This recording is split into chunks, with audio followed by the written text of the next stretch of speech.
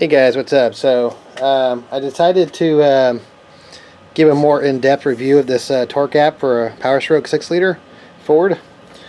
Should be the same for a Powerstoke 6.7. 7.3s, they would have to be OD onboard diagnostics 2 compliant, which I think that, I'm not sure if they all are, but I know the 2000s are. So let me show you this. I know in the first video it was a pretty popular video and I was really rocking and shaky with it, so I'm going to try to do a complete setup from scratch because I have a brand new phone that I got. I did a review on it, the LG Harmony. So let me show you this real quick. Alright, log into my phone. I'm going to maybe zoom in as much as I can so it's not, let me switch the phone so it's flat with the screen there.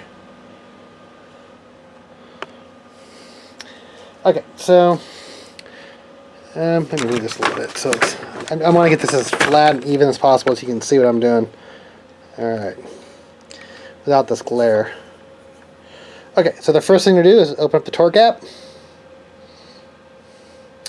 And then you need to create a vehicle profile. I'm going to name this, sorry, I'm trying to do this with the phone there. I'm going to name this F250. I have a 2006 Powerstoke 6-liter, 6-liter, 6. You don't have to fill in all these settings. I don't even know what I think it's probably like 3,000. I don't know what the weight is of the vehicle, but that's in kilograms, anyways. So actually, that would be like. Well, I know it's like. So maybe let's try 250. I think this truck is like 4,000 pounds. I can't remember. I'm going to choose diesel. Okay. I mean, this is not really important, this stuff. I think I have the 30-gallon tank. I don't have the long bed. 29, 30. I've got different results on what the tank is. If it's 29 or 30 gallons. Okay, none of that's to save. Okay, so I'm obviously not in the truck yet. Hopefully you can see that. Okay, so the next thing is once you installed your vehicle profile, you need to go to settings. Alright, so the next thing you want to do is manage the extra PIDs. And you want to add a predefined set. I really hope you can see that. I don't know if there's any sort of glare. So you want to add a predefined, and you want to do the Ford including Powerstoke right here. And that is them. Okay. Don't do that. Okay, that's the Ford. So now I'm going to add a couple sensors here. And usually what I do is I want to actually add display. These are the ones I like here. And I usually like to have coolant temperature sensor.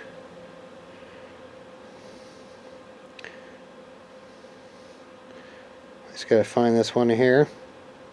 I won't show these all in there. I'm just gonna show you the couple the basics, the one that I think are important for the truck, like Fickham power and things like that. But right now, on usually the top two, because I like to see the difference between the coolant temperature sensor and the engine oil temperature sensor. So I can look at the delta to see the condition of my oil cooler. Where the hell is it? Well, it's somewhere. So,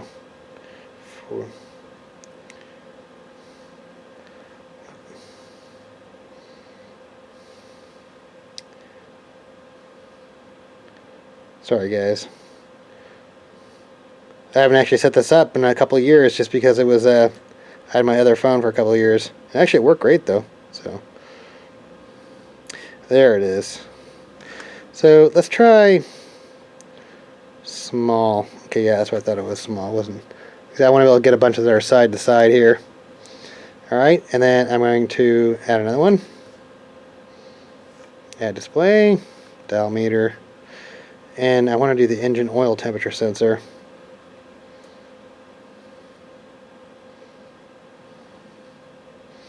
Where is it? But I will show you that when I fire the truck up. There we go. Oil temp. Yeah, this is the coolest thing ever, you know, like this Android app. Yeah, for definitely like when I go up in the mountains and stuff, I use this thing. Like I went up to Big Bear a couple weeks ago, or about a week ago, and yeah, I had this thing running, and I wanted to see like my oil cooler to see if it was still working good, and I had about a 12-degree delta. So I mean, it's getting there. I mean, I'm going to have to change it pretty soon, probably the next year or so, I'm thinking, because it's getting pretty close. So I'm going to go ahead and put my other favorite sensors in here, and then I'll come back and I'm going to put this in the truck, and I'll show you how to set this the ELM327. This is a little Bluetooth. Sorry, my light. It's a little USB dongle and or Bluetooth USB, or sorry, not USB, but Bluetooth dongle, and I'm going to go through the steps and get this installed. But I'll also put a link where you can buy this on Amazon. I think this is like 10 or 12 bucks. So, all right. So yeah, I'm going to go back to the truck. I'm going to add the sensors I want in here, and then I'll fire this up and I'll show you what's up. All right. Okay, guys, I'm going to turn the power on the truck, and then I'm going to put my little Bluetooth adapter in here. These things can be kind of finicky because sometimes I got to pop it off, pop it back on. And you can see the light came on for the power. So I'm going to come back up to my phone here. Hopefully you can see this. I'll try to be as steady as I can. Okay. Bluetooth is on. Go back to my torque app. Let's see. No Bluetooth adapter selected. Let me go back to my, like I said, this is a brand new phone. I've never even used it with this thing. Go back to settings and see if I can see this thing. Start. No, I don't need that. I'm looking for the, it will say the OBD2. There we go. See that? If you guys can see that, that showed up. Ah, I hit the wrong one. Shit. Alright, back here, guys. I had to reset the Bluetooth. Alright, so let's click on that one. And the password is 1234 pair. Okay, now go back into the app program. Torque. Check the ODP. So sometimes you gotta go back and. Okay, let's see. Checking automatics. Okay, cool. So you can see it said connected to ECU.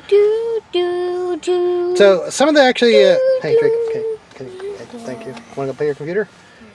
All right. So some of the sensors that are important to me are these coolant and engine oil temperature, because I'm looking for the delta between the two, and it's not supposed to get over 16 to 18 degrees. That's what they say the max is. And then I have my battery, my battery voltage, which looks pretty low right now. I mean, I'm sitting here. But also, which is very important, is my FICM voltage. And that controls the fuel injectors. So you want 48 volts there. So if you don't have 48 volts or right around it, you got to take a look at that. And I made another video on how to fix that. But then also you have the high pressure oil pump, and you need at least 500 psi to start the car. So if you're cranking your engine, crank, and you never get to 500 psi, then you know you have some kind of internal leak, high pressure oil pump, high pressure internal leak. And this is the IPR valve that controls, opens and closes the oil, which controls your fuel injectors. That's the percentage of how much is open. So if you're getting 85%, you know, if you're driving your car and you have 85% at this, your IPR, you have an internal leak. This is my map/boost. And this is my my turbo, the variable geometry turbo, the turbo vanes, how far they're open and closed. So I want to be able to see my boosts. I want to see where the vanes are at. So, but that's about it, guys. Let's start this up. See what happens.